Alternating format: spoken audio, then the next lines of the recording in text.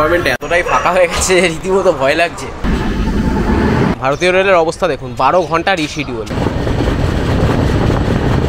নমস্কার বন্ধুরা, tour with বিভাসের পেজে আবার একটি নতুন ভিডিও নিয়ে স্বাগত। আজকে যাব জবলপুর, কিন্তু ট্রেন ছিল 5 তারিখ 8টা 15-র সময় সাঁতরাগাছি স্টেশন থেকে 20-828 হামসাফার এক্সপ্রেস, কিন্তু সেই ট্রেন প্রায় 12 ঘন্টার উপরে রিশিডিউল হয়েছে, যার জন্য 6 তারিখ সকালবেলায় 8:30টার সময় ট্রেন ছাড়বে সাঁতরাগাছি থেকে। এখন ঘড়িতে বাজে 7:30, এই জন্য এখন সাঁতরাগাছি স্টেশনে রয়েছি। ভারতীয় রেলের অবস্থা দেখুন, 12 ঘন্টা রিশিডিউল। সাঁতরাগাছিতে রয়েছি, সাঁতরাগাছি থেকে এবার ট্রেন ধরবো। কথা শুরু হবে যা ট্রেন থেকে।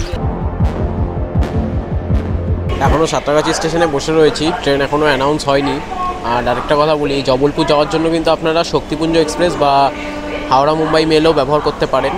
সেই দুটো অবশ্যই ইস্টার্ন রেল হয়ে যায়, আর এই একমাত্র হামসাফার এক্সপ্রেসটাই সাউথ ইস্টার্ন রেল হয়ে ধরে যায়।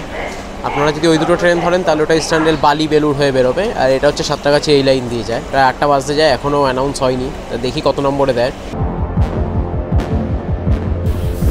ট্রেন দিয়ে দিয়েছে, উঠে পড়েছি ট্রেনে। আমার সিট পড়েছে B771 সাইড লোয়ার। এই ট্রেনটা মোট যাবে হচ্ছে 1117 কিলোমিটার, আর সময় নেবে 19 ঘন্টা 10 মিনিট। এবার এমনিতেই তো 12 ঘন্টা রিশিডিউল হয়েছে, তা কখন নামায় সেটা তো আপনাদের অবশ্যই জানাবো।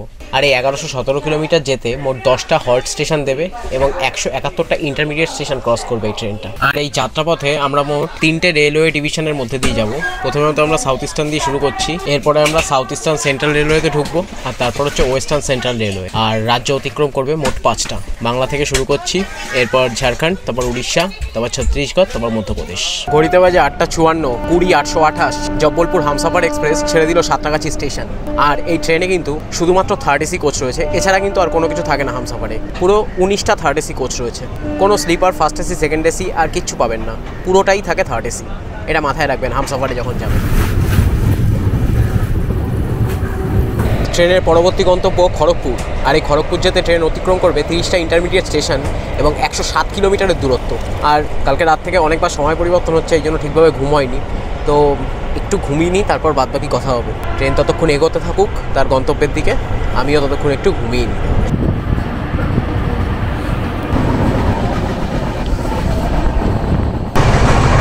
ঘড়িতে বাজে 12:15, ট্রেন এখন টাটানগরের পথে। আর টাটানগর থেকে আপাতত 54 কিলোমিটার দূরে রয়েছি। আর দুপুরের খাবারটা এখানে প্যান্ট্রিকারে অর্ডার দিইনি, বাইরে অর্ডার দিয়েছি, টাটানগর থেকেই সেটা দিয়ে যাবে আর কি। বিরিয়ানি অর্ডার দিয়েছি, কেমন হয় কী বৃত্তান্ত দাম সেটা আপনাদের অবশ্যই জানাবো। এই সময়টুকু একটু ঘুমিয়ে নিলাম, ভালোই লাগছে এখন বেশ। ট্রেনটা তার প্রথম যাত্রা শুরু করেছিল 2018 সালের 1 আগস্ট থেকে। এই তথ্যটা বলতে ভুলে গেছিলাম, তাই আপনাদের বলে রাখলাম। মানে প্রায় 7 বছর ধরে প্রায় সার্ভিস দিয়ে আসছে ট্রেনটা। আর এই লাইনে, সাউথ ইস্টার্নের এই লাইনটায় প্রচণ্ড সমস্যা, প্রত্যেকটা ট্রেনই লেট করছে। উল্টো দিক থেকে গীতাঞ্জলি আসছে, তাও প্রায় 4.5 ঘন্টা লেট রয়েছে। মোটামুটি সব ট্রেনই লেট, কারণ লাইনে প্রত্যেকটা জায়গায়, মানে বেশিরভাগ জায়গাতেই লাইনে কাজ হচ্ছে, যার জন্য প্রচণ্ড সমস্যা। এই লাইনে যারা এখন যাতায়াত করছেন তারা হয়তো জানেন, আমি যাচ্ছি, এটা মার্চের শুরুর দিক, প্রচণ্ড সমস্যা চলছে এই লাইনে। এখনও ট্রেন টাটানগর ঢোকেনি, টাটানগর থেকে এখনও প্রায় 7-8 কিলোমিটার দূরে রয়েছে।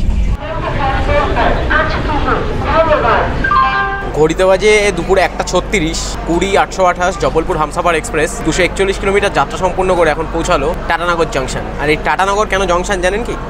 টাটানগর থেকে একটা লাইন আসানসোলের দিকে যায়, আর একটা লাইন হাওড়া মুম্বাই মেল, যেটা আমরা ব্যবহার করছি আর কি। আপাতত ট্রেন কিন্তু যদি নির্ধারিত সময় ধরা হয় তাহলে প্রায় 13.5 ঘন্টা লেট আছে। আর যে সময় ছেড়েছে সেখান থেকে হিসাব করলে তাও প্রায় ভালোই লেট ট্রেন, কারণ লাইনে কাজ হচ্ছে আপনাদের আগেই বললাম, যার জন্য খুবই সমস্যা হচ্ছে। চলুন আর কি করবো, যেতে তো হবেই, তাহলে এগোতে থাকি। আরও যেটা বলেছিলাম, টাটানগরে যে বললাম না আপনাদের খাবার অর্ডার দিয়েছি, তা বিরিয়ানিটা টাটানগরে দিয়ে গেছে, অলরেডি পেয়ে গেছি হাতে। এখন খেয়ে তারপর আপনাদের টেস্টটা কেমন সেটা বলবো। আর দাম পড়েছে 271 টাকা। এবার তাহলে আর দেরি করছি না, এবার একটু খাওয়াটা সেরে নিই, তারপর বাদ বাকি কথা খাওয়ার পরে হচ্ছে। চলুন তাহলে খেয়ে নিই। খাওয়া দাওয়া কমপ্লিট, কিন্তু কোয়ালিটি খুব একটা ভালো না। মানে আমাদের ওখানের সাথে তো কোনোভাবেই মিল পাবেন না, আর মানে বলতে গেলে একদমই ভালো না, মনে হচ্ছে টাকাটা জলে। রাইসগুলোর কোয়ালিটি খুবই বাজে, প্রচণ্ড শক্ত। আমার মতো এরকম অর্ডার না করাই ভালো। তো যাই হোক, কিছু করার নেই, এখন খেতে তো হবেই। রাত্রে তাহলে প্যান্টিকারই অর্ডার দিয়ে দেবো। এখন আমাদের সাথে দেখা হবে 128-33 আহমেদাবাদ হাওড়া সুপারফাস্ট এক্সপ্রেস। টাটানগর থেকে চক্রধরপুর যাওয়ার যে লাইনের দুধারে পলাশ যেভাবে ফুটে রয়েছে, দেখলে আপনার মন থেকে এমনি গান বেরিয়ে আসবে যে ফাগুন লেগেছে মনে মনে। পুরো পলাশের ছয়লাভ, মানে লাইটের দুধার ধরে পুরো পলাশ একদম ফুটে রয়েছে। হেভি লাগছে দেখতে জিনিসটা। যদি আপনারাও এখান থেকে এই সময় পাস করেন তাহলে অবশ্যই সাইটটা ফলো করবেন, দেখতে খুব সুন্দর লাগবে। এখন আমাদের সাথে দেখা হবে 22-169 সাঁতরাগাছি হামসাফার এক্সপ্রেসের। ঘড়িতে প্রায় 3:30 বাজতে যায়। হিসাব অনুযায়ী ট্রেনের এখন জবলপুর পৌঁছে যাওয়ার কথা, কিন্তু ওই রিশিডিউল, আর কি করা যাবে। ট্রেন এখন পৌঁছালো তার 3 নম্বর হল্ট, মাত্র 303 কিলোমিটার যাত্রা অতিক্রম করেছে, মানে ট্রেন এখন চক্রধারপুরে। ট্রেনের হল্ট এখানে প্রায় 7 মিনিট মতো, দেখা যাক কখন ছাড়ে। ট্রেন এখন চক্রধরপুর ছেড়ে দিল। ট্রেনের পরবর্তী হল্ট স্টেশন হচ্ছে রাউরকেল্লা, আর রাউরকেল্লা যেতে ট্রেন অতিক্রম করবে 101 কিলোমিটার। মাঝে পড়বে 15টা ইন্টারমিডিয়েট স্টেশন। আর শরীরটা খুব একটা ভালো লাগছে, আবার একটু ঘুমানোর চেষ্টা করছি, যেন মাঝখানে হয়তো কথা হবে না। আবার যখন ঘুম ভাঙবে তখন থেকে আবার বকবক শুরু হবে। আশা করি রাউরকেল্লা থেকেই কথা বলতে পারবো। তো যাই হোক, একটু ঘুম পাচ্ছে, আর আশেপাশে সবাই ঘুমাচ্ছে। আপনারা নাক ডাকার শব্দ শুনতে পাচ্ছেন কিনা জানি না, তো ফুল কম্পার্টমেন্টই একদম ঘুমে আচ্ছন্ন। এই জন্য আমারও ঘুম পেয়ে যাচ্ছে। 505 কিলোমিটার যাত্রা সম্পূর্ণ করে ট্রেন এখন ঝাড়সুগুড়া পৌঁছেছে। ঘড়িতে প্রায় 7টা বাজতে যায়। ঘুমাচ্ছিলাম, এই জন্য কথা হয়নি। শরীরটা একদমই ভালো না, তো ঘুমিয়েই একটু বেশি সময় কেটে যাচ্ছে। ট্রেন ঝাড়সুগুড়া ছেড়ে দিল। ট্রেনের পরবর্তী গন্তব্য হচ্ছে রায়গড়, আর রায়গড় যেতে ট্রেন অতিক্রম করবে 71 কিলোমিটার। মাঝে ইন্টারমিডিয়েট স্টেশন পড়বে 9টা। এখন আমাদের সাথে দেখা হবে 129.05 পোরবন্দর শালিমার সুপারফাস্ট এক্সপ্রেসের।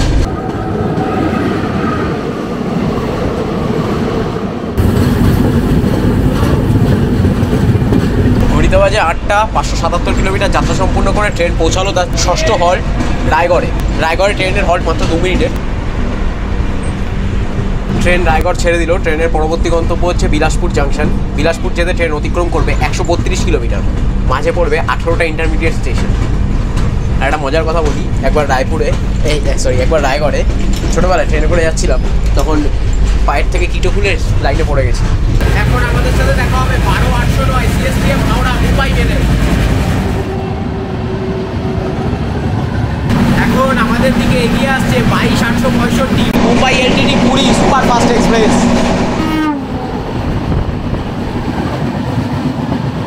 709 কিলোমিটার যাত্রা সম্পূর্ণ করে 20-828 জবলপুর হামসাফার এক্সপ্রেস পৌঁছালো বিলাসপুর। এটা এই ট্রেনের 7ম হল্ট। আর বিলাসপুর থেকে কিন্তু এই ট্রেনের কারেন্ট রিজার্ভেশন হয়, আর বিলাসপুরে প্রচুর লোক নামে, মানে ট্রেন প্রায় ফাঁকা হয়ে যায় বলতে গেলে। কম্পার্টমেন্ট এতটাই ফাঁকা হয়ে গেছে, রীতিমতো ভয় লাগছে। পুরো ফাঁকা, মোটামুটি সবাই বিলাসপুর নেমে গেছে। আর এবার ট্রেন ছাড়লো বিলাসপুর থেকে। এবার ট্রেনের পরবর্তী গন্তব্য হচ্ছে অনুপপুর জংশন, আর এই অনুপপুর যেতে ট্রেন অতিক্রম করবে 152 কিলোমিটার। মাঝে পড়বে 18টা ইন্টারমিডিয়েট স্টেশন। আর এটাই এই ট্রেনের সবথেকে বেশি দূরত্বের ননস্টপ ডিস্টেন্স। খাওয়া দাওয়া সেরে নিয়েছি প্যান্ট্রিকার থেকে, মাছ ভাত বললাম তো 160 টাকা নিয়েছে, আর মোটামুটি কোয়ালিটি ভালো, 2 পিস মাছ ছিল। যাই হোক, বিলাসপুর ছেড়ে ট্রেন দাঁড়িয়ে রয়েছে এখন, একটুখানি এগিয়েই, দেখি কখন নামায় আপাতত। তাহলে এখন একটু ঘুমানো যাক, বাদ বাকি কথা এবার যা হবে জবলপুর থেকে। চলুন তাহলে, মাঝরাতে যদি ঘুম ভাঙে তাহলে তো অবশ্যই আপনাদের জানাবো সেটা। তাহলে এখন এগিয়ে যাওয়া যাক।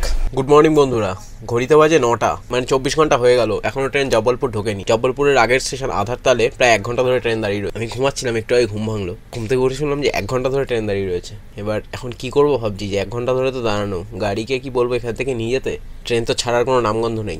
ঠিক আছে, যাই হোক, আপনাদের জানাচ্ছি সেটা অবশ্যই। অবশেষে ট্রেন ছাড়লো জবলপুরের জন্য। আসলে জবলপুর প্ল্যাটফর্মে লাইন খালি ছিল না, এই জন্য কোনো ট্রেন ছাড়ছিল না। পরপর প্রায় নাকি 3-4 ট্রেন বেরিয়েছে, তারপরে অবশেষে আমাদের ট্রেনটা ছেড়েছে। এখন যাচ্ছি জবলপুরের দিকে, গাড়ি ওদিকে চলে এসেছে, জবলপুর স্টেশনে দাঁড়িয়ে রয়েছে।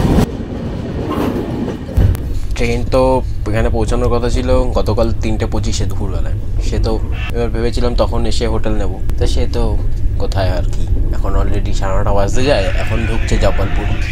তা হোটেল তো আর নেওয়া হবে না, তাই ট্রেনেই ড্রেস চেঞ্জ করে নিয়েছি। এবার গাড়ি রয়েছে, এখান থেকে ডাইরেক্ট বেরিয়ে যাব, ঘুরে টুরে আবার রাত্রে ট্রেন রয়েছে। অবস্থা দেখুন, তাই ট্রেনের রাতটাকে একটা হোটেলের রাতের মতন ঘুমিয়ে নিয়েছে, এই জন্য যাতে কোনো সমস্যা না হয়। তো যাই, জবলপুরের দিকে এগিয়ে যাচ্ছে ট্রেন, ঠিক ঠিক করতে করতে এগোচ্ছি, এগোতে থাকি, যেতে থাকি।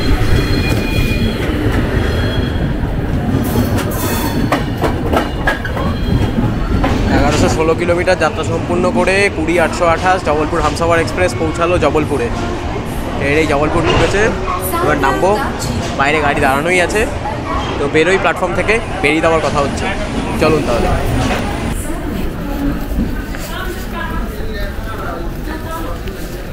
চলে এসেছি জবলপুর স্টেশন।